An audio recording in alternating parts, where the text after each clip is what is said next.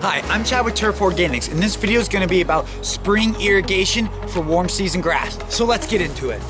Now, it's tough just to say water this many days a week for this time. There's a lot of factors that are involved, such as shade, soil, slope, irrigation coverage, and several other factors that can cause you to adjust your irrigation. But what we'll go over today is the basics, and then you can take from there and see what areas are getting dry, what areas are staying too wet, and adjust the irrigation as we go.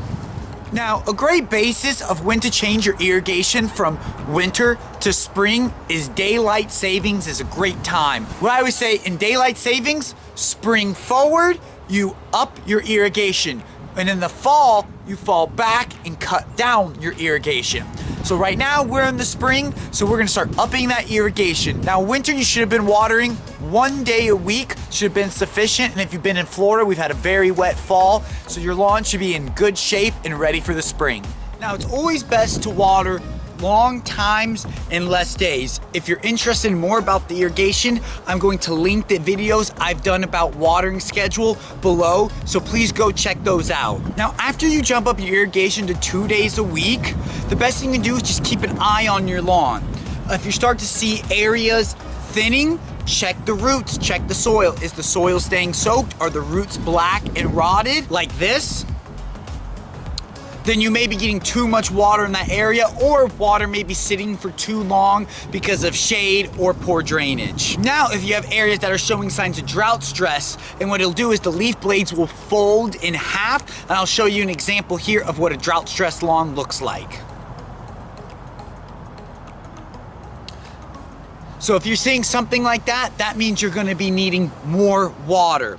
So that'll be a good time to adjust. You have a big corner lot with no shade, you maybe have to water 3 days a week once the temperatures get in the 80s and 90s. You have a lawn full of oak trees, then you can probably stick with 2 days a week and maybe even do less time on the zones because it's staying so saturated. So I can't tell you exactly what to do for your lawn, but I can tell you the basis of where to start. Now that you know when to up your irrigation, the next most important thing is just to simply check the irrigation. Run every zone and watch all the heads. I can't tell you, especially here if you're in a sandy climate, that sand really beats up those heads. The sand gets into the gears and knocks them off or makes them stop spinning. So make sure not to just turn them on, look at them and turn it back off and say it's good. Watch every head and make sure they're rotating and cover everything appropriately. So please, please, please either check them yourself or hire somebody to come through and check it in the spring, because you can get a really bad start to the summer and that's not a good idea whether you have St. Augustine, Zoysia, Bermuda, or any warm season grass. I'm Chad with Turf Organics. If you found this video useful, please consider like, sharing, and subscribing. If you have any questions, please leave them below in the comments. I try to answer every comment to help you guys out with your lawn needs. Thank you so much and have a great rest of your day.